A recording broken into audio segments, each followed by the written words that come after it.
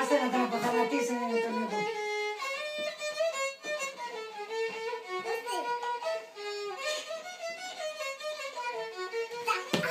Πήγε να χορέψει εκεί που παίζει ο παππούς του βιολί. Εκεί πήγε να χορέψει. Πήγε κάτσε εκεί κοντά.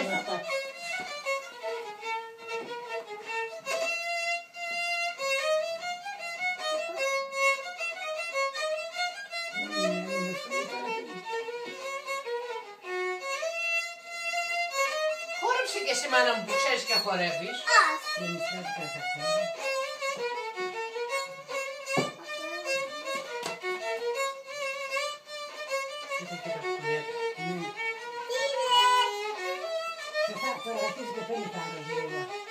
Ναι, τώρα πρώτη φορά που σας είδε.